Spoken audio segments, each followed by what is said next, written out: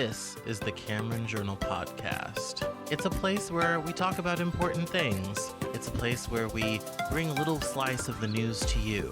It's a place where we do important things, have important conversations. It's also things that I like to talk about. My name is Cameron Cowan, and this is the Cameron Journal Podcast.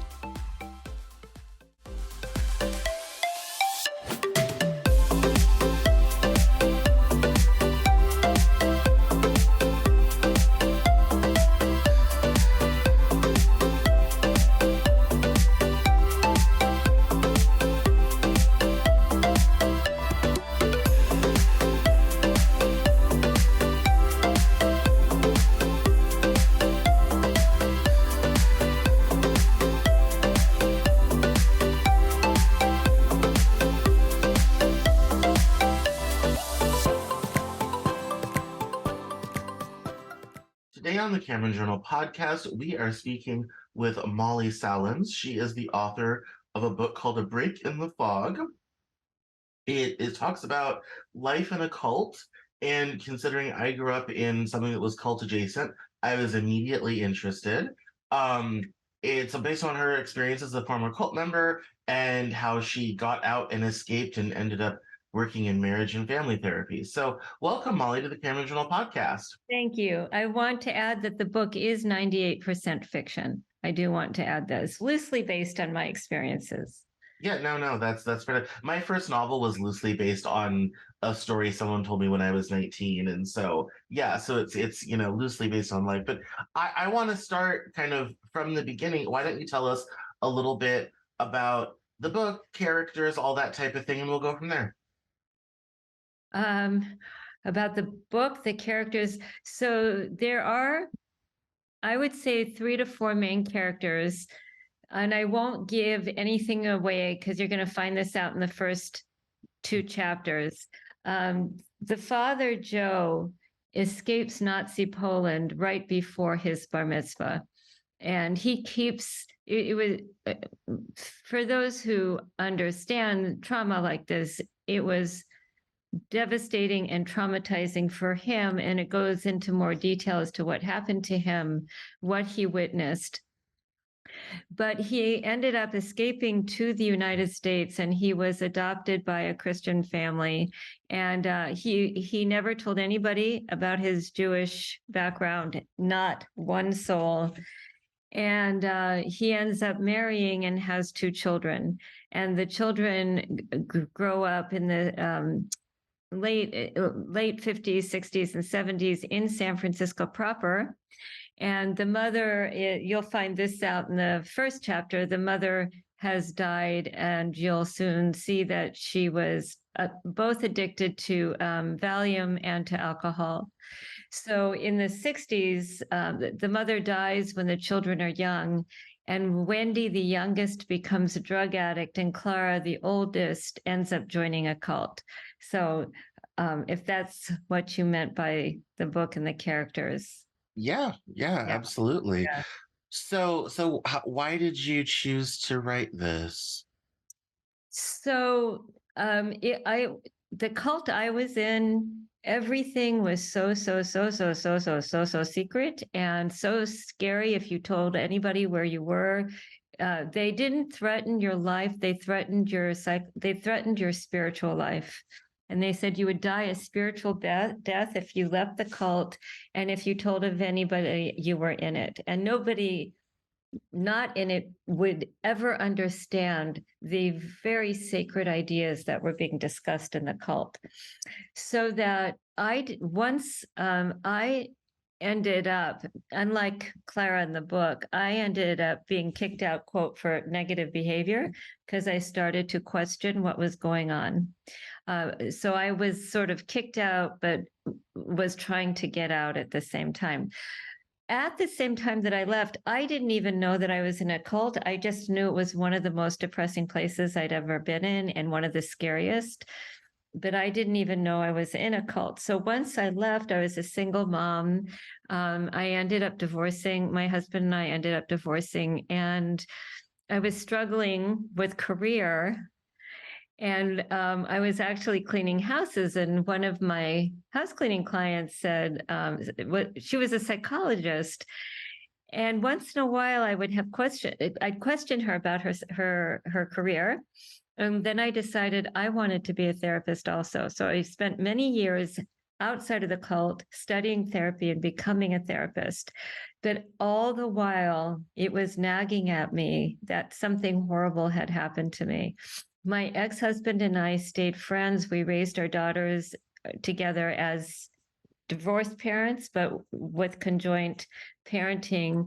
And we dropped my daughter off at college, and on the way home, I asked him about the place we had been involved with, and he said, we were in a cult, didn't you? You knew that." So I didn't know I was in a cult until 13 years after I had left it, or no, maybe 16 years after I'd left it. So I was continuing, I was in private practice and therapy. And the more I worked with my clients, the more I had to do my own work. And the more I delved into my own psyche and spiritual nature, I understood that I had quite a story to tell. And I was a writer. I'd already published a book called Storytelling with Children in Crisis. And this little voice kept nagging me, saying, "You need to start writing about this cult." And I knew I wanted it to be fiction, but I'd never written a novel before. So it was quite a process to start putting it down. It took me 13 years and many, many, many different, very wonderful editors along the way. So, No, yeah. that's quite impressive. What is it do you think is so attractive about those groups? Because we've had over the last, like, Legal Remedies come out criticizing Scientology, and there was that one LV something or other documentary on HBO. Every 10-15 years this pops up like toast. What do you think is so attractive about those groups? Well, they promise you something. So I was very depressed. I was looking for community. I thought I didn't love my family. I was sure they didn't love me. I couldn't have been more wrong at the time. But I think it takes a quality of longing, of a very deep longing within the heart, an ache within the heart that somebody has to understand you.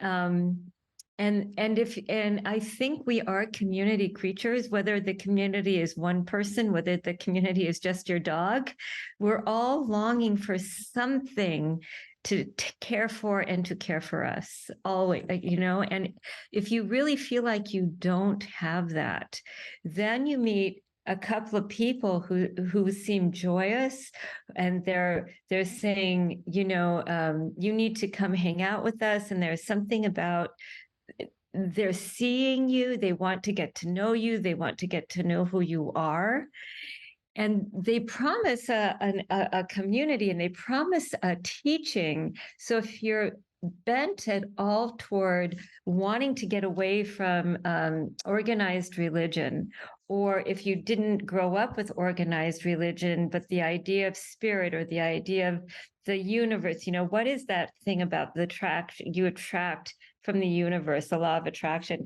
If this community sees your vulnerability and speaks to it, which they're, I think, trained to do, then you're kind of pulled in. There's something really fabulous about wanting to be wanted. They're pulling out, in my case, they were pulling out my best in the first year. I was the child, I was the loved child of the cult when I first got pulled in. And then the brainwashing starts immediately. It begins with, we get, you probably, what was going on at home? Oh, and you tell them, well, I don't think my mom was ever present. My dad, blah, blah, blah. They go, oh my God, we get it. My mom was just like that, and now they're connecting through that emotional commonality of not being loved at home. And then they're really building on that. And I think the attraction is, wow, not only do people see me and understand me, but we have shared experiences. And oh, they're offering me, oh, well, you love to do this. Well, come do this with us. We do this all the time. So that they start to offer little tidbits of, in my case, it wasn't so much what do you love to do so much as what have you always longed to do? And we can make that happen for you. It was, that thing too good to be true. So Yeah. I No, that I see that I grew up evangelical, and I tell people, the prosperity gospel is very addicting, especially to people who are struggling. Um, and in that world, you see a lot of high paid professionals, small business owners, this type of thing. And one of, I'd say, the magic about evangelical churches is it starts to become a real source for people's business. Somebody's a carpenter and he gets hired, and then other people, and so it becomes this community. It's this life. It's where your kids are going, and soon it becomes a huge part of your business as well. And it's all billed as God's blessings and look, all this type of thing. When the reality is really just community word of mouth marketing. That was the magic. No God involved. Um, sort of thing. And I think, for people in a world that is so atomized and divided and so lacking in community, and especially the tribalism, because there's an us versus them element. That's right. That's right. That's a really good point, that tribalism. For me, I thought that a husband would save me. I was convinced, even before I entered college, that I needed a husband. So I didn't have one when I came out of college, which is probably a good thing. But I was really searching for that. And this was the counterculture of San Francisco, where everyone was getting divorced and there was free love. And the cult I joined, it wasn't like that at all. Men were dressed very straight and they were, oh my God, they were gorgeous. And so it was a sexual lure that brought me into. And I found out months later that all of those men were married. The women were beautiful too. They were all dressed to the hilt, but nobody was wearing wedding rings Yeah. in those first meetings. The women weren't either. They were luring whatever men they could get in.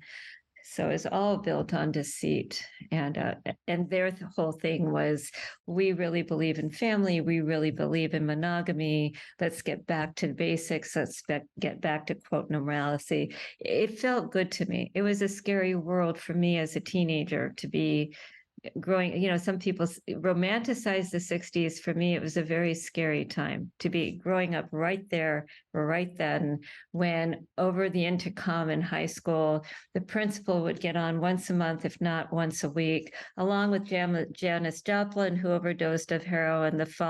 Your following fellow students have also died of heroin. And then there was no ceremony, there was no talk, there were no psychologists to come on board to talk about the loss. It was just pure craziness.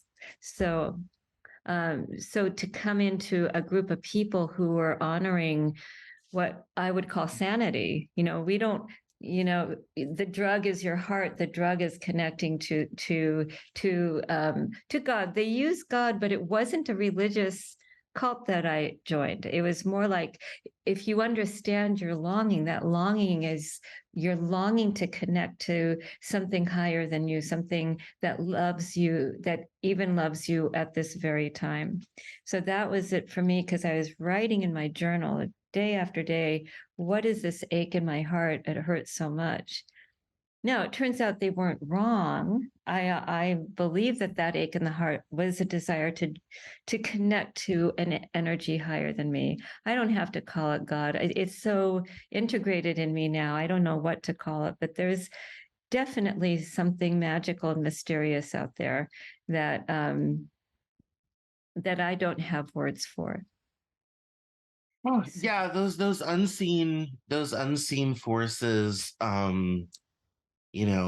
Every culture has had their own way of talking about them and quantifying them and all this sort of thing. So that definitely makes sense. It's kind of interesting how you talk about um, how kind of frightening the social upheaval of the 1960s was. Um, the only other person I've ever heard talk about it in that terms is my mother, Ah, who was in grade school into middle school through that decade. um, And because I said it took me many years to kind of realize that and I started thinking about, all the things that were happening and all this sort of thing. And I'm kind of like, yeah. And having lived, through the chaos, of my life, I'm 35. So things have been weird for about 20 years at this point.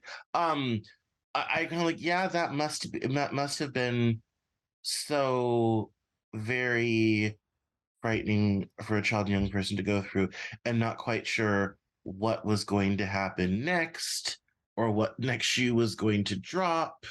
Um, right. you know, it's like how much chaos do you need? It's like we can give you race riots, we can give you assassinations, massive protests, bad foreign war. I mean, stop me when any of this starts to sound familiar. So like yeah, I mean it's a difficult thing. Hence, I think the allure for the stability. And That's right. and even now we hear those calls back to normalcy. That's half the platform of the GOP right now is Right. the return to quote unquote Whatever normalcy. that, right. Whatever that means. I know what I meant when I used it just now, whatever that meant. But Right. it is a sense of stability of, um, and what is, well, the difference then too was that there was nobody to talk to about any of it. You know, Yeah. you could talk to your friends about protesting the war or supporting your friends who understood they were gay or transgender, but you couldn't talk about the fear. There was no language for that. There was just no language to talk about, hey, this is pretty scary. You know, it, it was more uh, around the stuff at that time and what boy was interested in you, right? But there wasn't. I didn't whisper to my girlfriends, "Aren't you terrified about what's going on?" None of us had the wherewithal. It wasn't in even language in our brains to say, and there weren't any guidance counselors to go to at school. So there was nothing for them to take care of any of this in high school or middle school. And your mom may have had that issue too.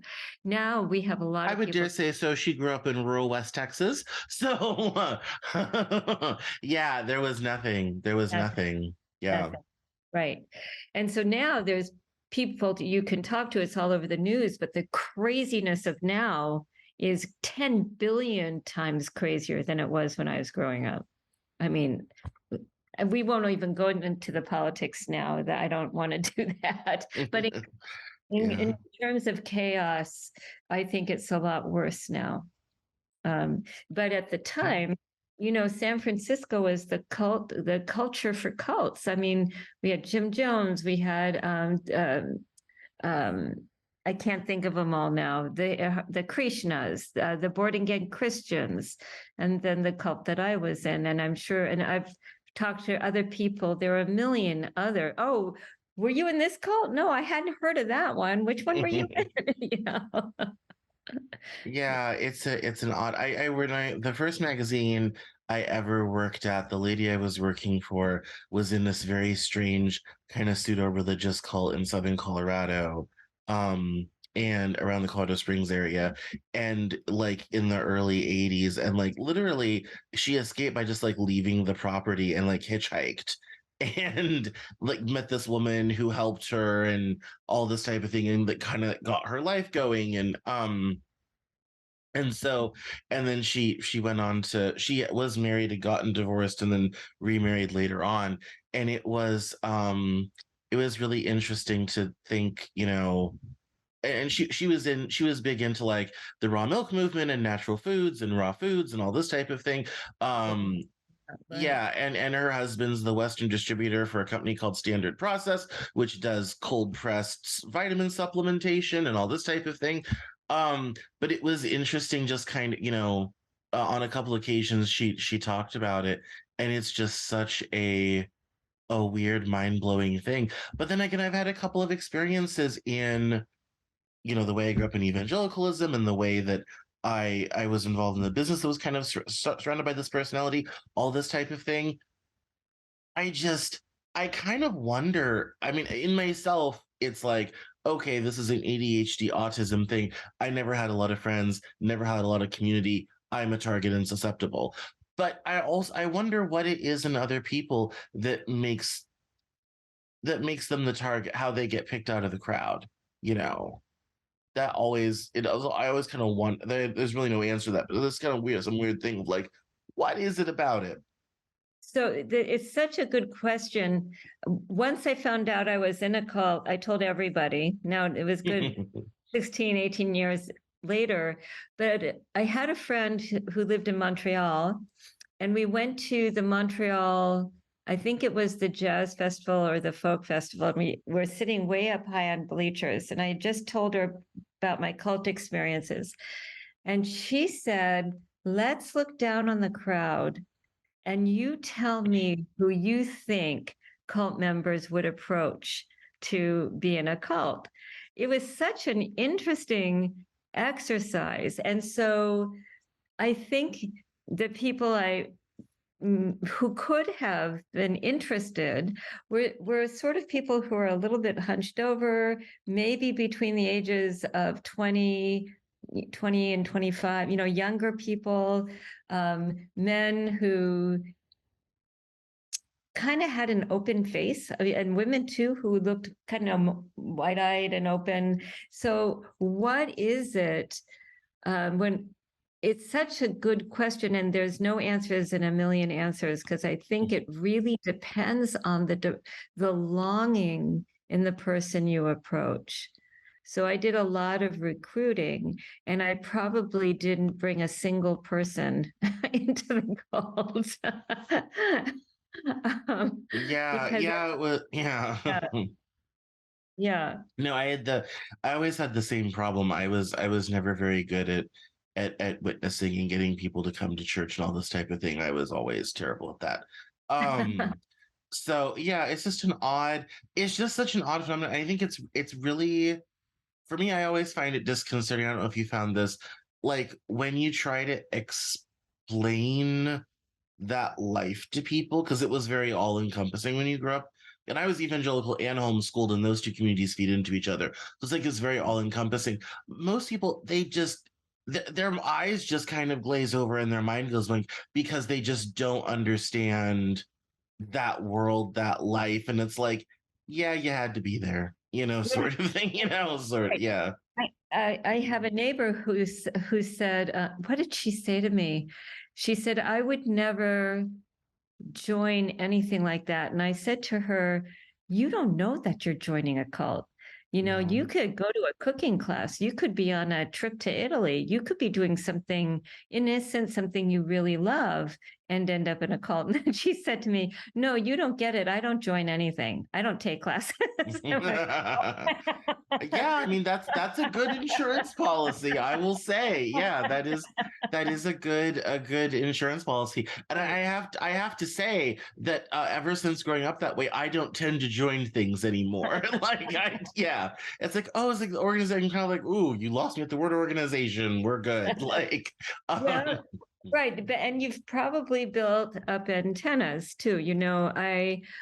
I enjoy groups. I enjoy, taking a writing class here and there. I've found a spiritual center that I just love the people. So how do you know when it's not a cult?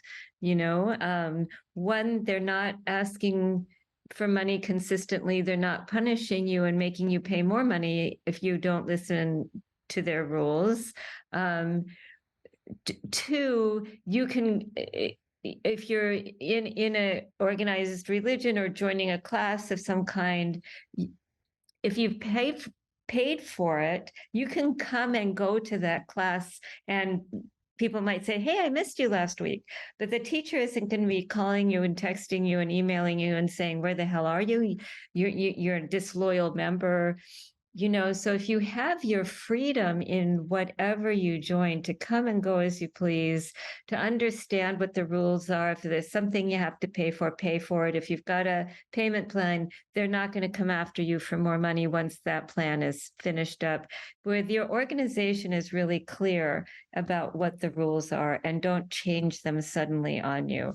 And that's where it becomes crazy making. And where the organization is not playing favorites every other week, where you're really horrible one week and then the queen the next week. That becomes a crazy making process where you just keep trying to be the queen all the time. And every time you fall, they bring you closer again. So you just Well, and want to let's keep. also face it, that's a love bombing deprivation pattern because these things tend to be ran by narcissists. And with their projection, their own cycle of relationships with people starts to become an organizational habit. It sets a pattern. Mhm. Very true. Yeah. And yeah, and so I say this because I was in a small business who had a leader like that.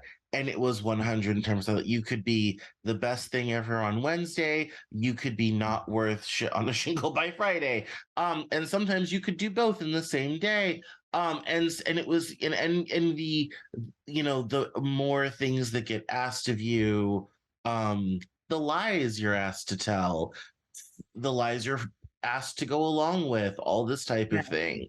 And especially as a young person, it's really hard to stay out of that because it becomes irresistible. And especially if it's like the thing you want or the thing you're interested in or the dream you're trying to achieve, which was all three for me, um, then it seems like that's the price you pay for doing that. And you start rationalizing and justifying it, and yeah. Yeah. So uh And yes, go ahead. you mentioned getting out, and you got into being a therapist and all this type of thing. What was the first like month after leaving like? It was such a huge relief because I was a single mom and my daughter she had just turned 5 when I left for good. And I had to get either the classes or the recruiting times were always like 7 o'clock till 10 or 11. Classes could go till 2 or 3 in the morning. So I always had to find a babysitter. My ex had her 2 nights a week, but it still hurts me to this day, even though she and I are very, very close and we love each other to pieces. It still hurts me to this day to say I was hardly around at night. I mean, once she'd go to bed at 7:30 or 8, I was out the door and I had to have a babysitter. So in a way, she always knew I was out and I was always back way before she woke up. But I never had a night to myself. So this was also part of the cult thing where you never had any time to think about anything. So when I finally left and I had an evening, and TV was the monster, TV told lies, TV would feed your head with what we call fake news. Don't ever watch it, don't listen to the news. I just went, I can watch TV until I go to sleep tonight. I can sit on my couch. I don't have to go. I may have had some PTSD every time the phone rang. I'd go like this. And, Yeah. um, but it was such a relief in those first few weeks. It's just like, wow. It wasn't like I was dressed. You always had to dress up. I was dressed up watching TV with my daughter, but I wasn't present. I knew I would have to go, or even if I was reading a story to her, I knew I would have to go. So I was half present there. And to be really able to get into a story with her, read it to her, and be in the story and sort of act it out, play it out with her, and ask her what she would do, and to really participate in reading with her. It was such a joy. I had a good night's sleep. Well, I can't remember if I slept well when I first left because I think there was some PTSD going on with the Yeah. fear, whatever it was. But I didn't feel bad. I was pretty depressed when I left and I was pretty depressed when I entered. So there wasn't much change there. Um, it had just been added to why I was, whatever names I called myself at that time, they just seemed more true. So it enhanced it. It increased the depression. At the same time, it felt so freeing to be out of there. And it wasn't Yeah. the type of like Jim Jones or the Moonies where they would come after you if you left. It wasn't like that. that That's a blessing is, for that is, sure. that is a book. Yeah. Yeah. You got were able to leave and let them go. I know that there's people in Utah for young people leaving extreme Mormonism. They have whole organizations to help those kids adjust to real life and everything. Yeah. And so Wow. um yeah. If I had known about if I had known I was in a cult and knew about debriefing, I probably would have gone for it. I somehow figured it out. I don't know how I held that all that in for 15, 16 years. And I had therapy and I never told my therapist about it. So I don't know. It was really buried down. No, I really didn't understand growing up super religious and evangelical was basically a cult until probably 3, 4 years ago. Uh, Um, I dialed into the ex-evangelical community on Reddit and on Twitter, and and I found people that had experiences similar to mine, and I was kind of like, okay, and that was really cool. And I started contributing, and then like you kind of spin, then people start to mention, be kind of like, and it was a realization a lot of us hadn't had, where we're kind of like, hey, everybody, like, if you think about this, all of this stuff is like the definition of a cult, and you don't think of it that way because it's a church and it's a denomination and it's these people are on television and it's very like out and in the public. It's not secretive, people have heard of it, people have heard of it sort of thing. You don't really think of it in those terms. But then when you think about, the control, the dress codes, the moralistic hand wringing, the virtue signaling, mm. all of this stuff, it's like, oh, well, that makes sense now. And that was kind of a bit of a frightening realization. And but now, I mean, and I have other friends now that I met later, not in that world, but met them later, and they've grown up similar to me. And it's always a series of conversations, and it's something where I still find a lot of solace in being friends with them because they're kind of the only ones who understand what it was like to grow up in that world. You know, yeah, I talk to other people who grew up totally different, and they just can't relate. Different worlds, different No, worlds. it is really different worlds. And where you grew up in it, right? I was in it for 7 years, but I didn't grow up in it. But the principles are the same. We're a family here. You can't, well, the cult I joined was very, very secret. You can't tell anybody. Nobody's gonna, how did they put it? You're going to create spiritual holes if you tell people outside. You're going to leak energy. And the very profound and sacred work we're doing here won't be able to manifest because somebody's going to be leaking energy. We can't have that. Yeah. I mean, and here's the sad thing is when you're in that world, in that context, doing that thing, that makes complete and total sense. Like that's like the hard So thing weird. that, like, it's hard to explain to people to kind of like, yeah, when you're in it and you're doing it, a lot of this stuff that sounds absolutely crazy makes complete sense You're so in that right. moment. You're so right. And we're completely sleep deprived and nutrition deprived. When the children, the leaders of the cult said, we were like paying so much money to the cult. I didn't have a dime to myself. It was always something else that had to be done for the sake of the work, for the sake of the sacred work that's being done.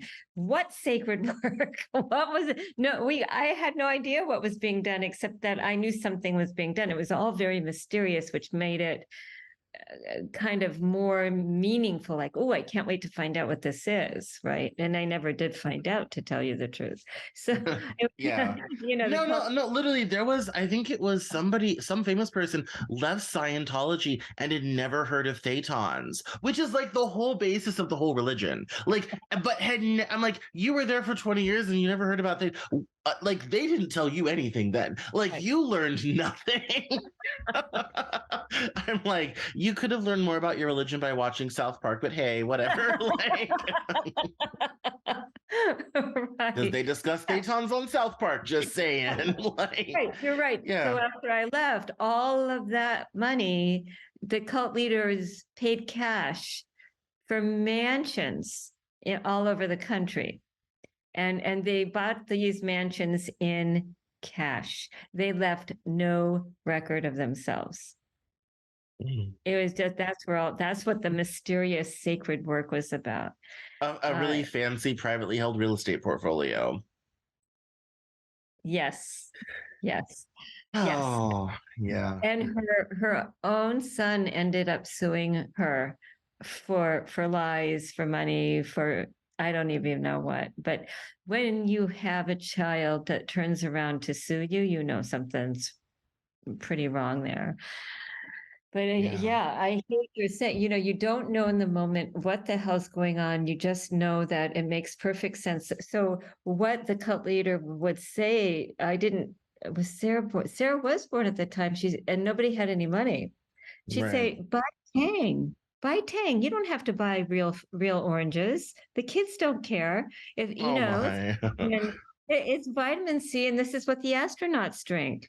If it's good enough for the astronauts, why wouldn't it be good for your children? And it's so inexpensive. There isn't a single nutrient in Tang. No wonder the kids were off the wall all the time. Yes. You don't need to feed your kids dinner. Just buy them candy. They love candy. It's okay. You'll save money that way. No, that's a recipe for dental work, is what that is. That's Right. And the brain there's no nutrients in the candy, so the brain's not getting the nutrients it needs to function properly. yeah. And we were all sleep deprived. We were up till 2 or 3 in the morning and then expected to get up and take care of our children and be at work and function. Yeah. No, that's insane. Well, this has been a fascinating conversation, as I knew it would be when I invited you on. Yeah. So this has been great. This is the part of the show where we do plugs. So why don't you let us know where people can buy the book and where they can find you online? Okay, the book is called A Break in the Fog. You can buy it on Amazon. You can get it in Kindle version or on paperback. If you love it, please tell everyone you know, and please write a 5-star review.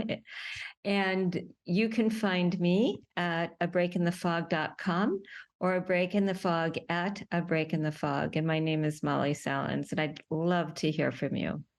Yeah.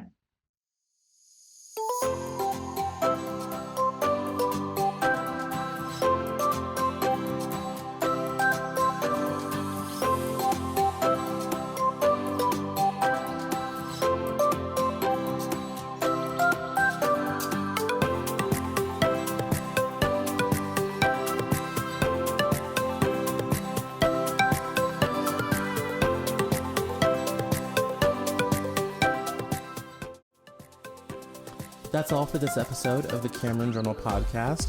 Thank you so much for listening. Visit us online at CameronJournal.com. We're on Facebook, Twitter, and Instagram. And I love to talk to my followers and listeners, so please feel free to get us on social media at Cameron Cowan on Twitter. And we'll see you next time on the Cameron Journal podcast.